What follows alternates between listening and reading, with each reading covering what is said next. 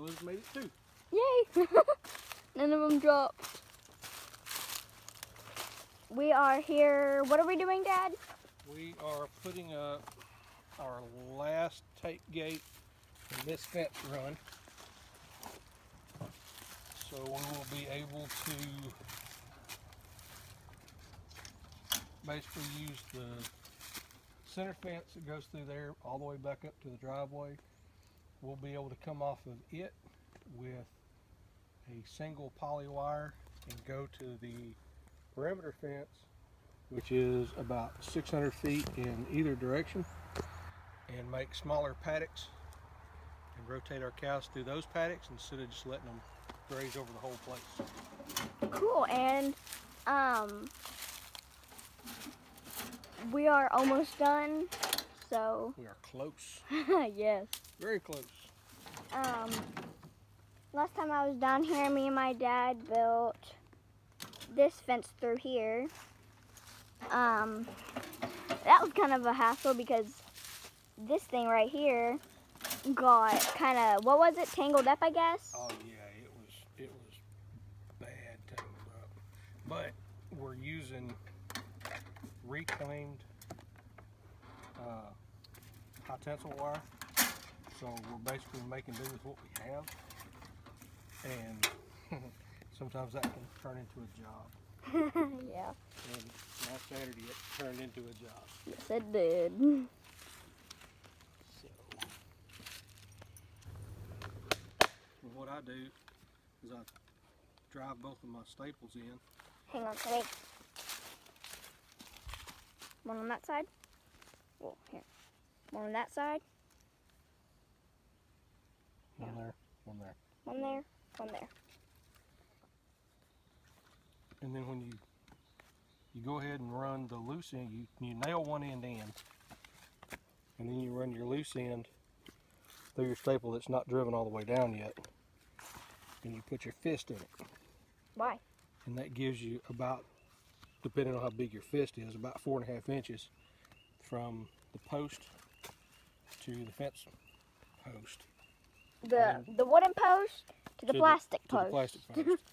And then you go ahead and bend your wire around so it'll stay in place. Hang on, like that. And then you go ahead, you bend it around, and then you go ahead and nail it down. That way it holds it in place. Cool, and then you just lift this up to take it out? Yep. Oh, cool. Yep, comes right out. And then we'll have the same thing right down here. It'll be just the same. We lift this one up, and then we can pull it up, and fence is down. And you've got a gate. I like these gates because, number one, they're kind of easy to access. They're easy to open and close, and they're pretty neat.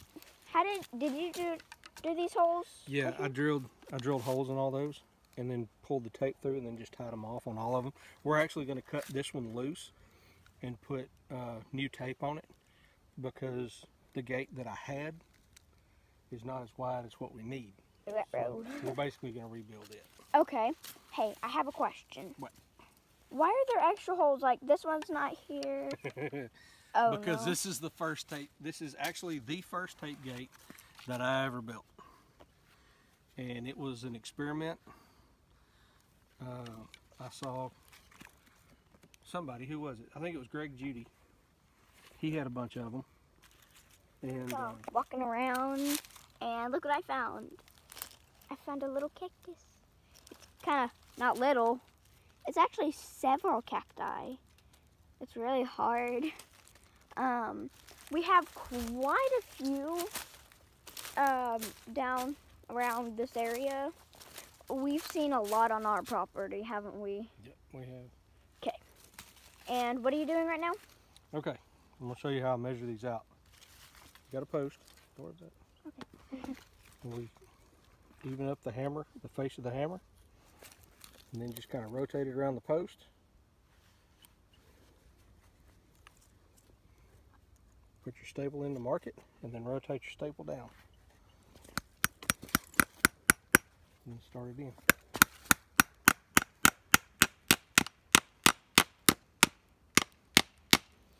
Have you ever messed up on doing one of these staples? Oh, heck yeah. Yeah, you do enough staples, you're going to do a bunch of them wrong. That's just because they're staples. Staples are kind of mean. They can be. They poke you a lot. Yeah. Especially these. Can I get a shot of these? Oh, yeah, the barbed. It won't focus on it. You do it like this. See, you got your little barbs on the side? Yeah. Yeah. Those aren't those to keep it in? Yep. It holds them in the post. Keeps them from creeping out. They still do after, Years. however many years. But we've got posts that have been on this farm for 25 years. So. Dang. I just want to get hit by that slip wire.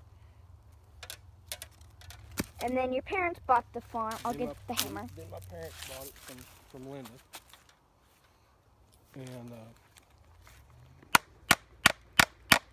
And then we bought it.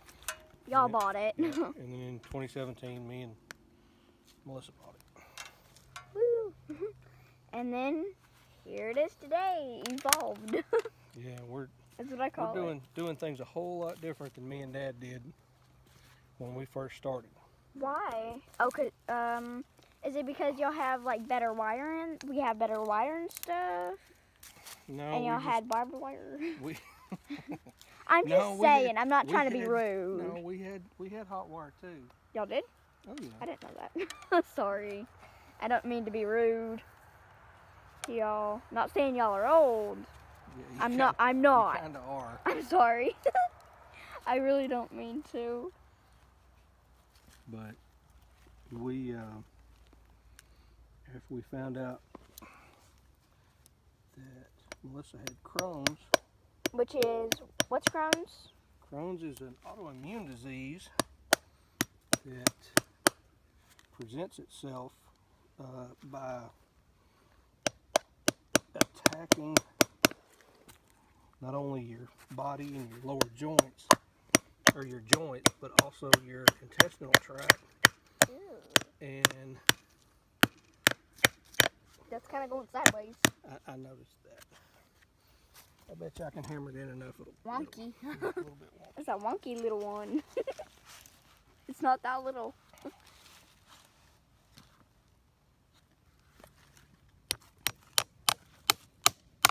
Can't see it.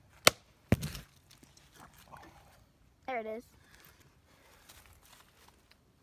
And my mom, basically, she can't eat gluten. Right. She has to eat gluten-free. She can't eat gluten or corn. She has a severe reaction to gluten, which... It could end up her in the hospital. And it has a couple of times. What? It has? Yeah, been a long time ago. Was it before I was born? I think one time was. But yeah, we're doing good. Everything's on track, and so. And then, what, a couple of years later, Mom had Leanna and then me. Mom was actually pregnant with Leanna when she found out that she had Crohn's. This is what you use when you don't have a wheelbarrow. Got a kiddie pole for the goose? Works just as good.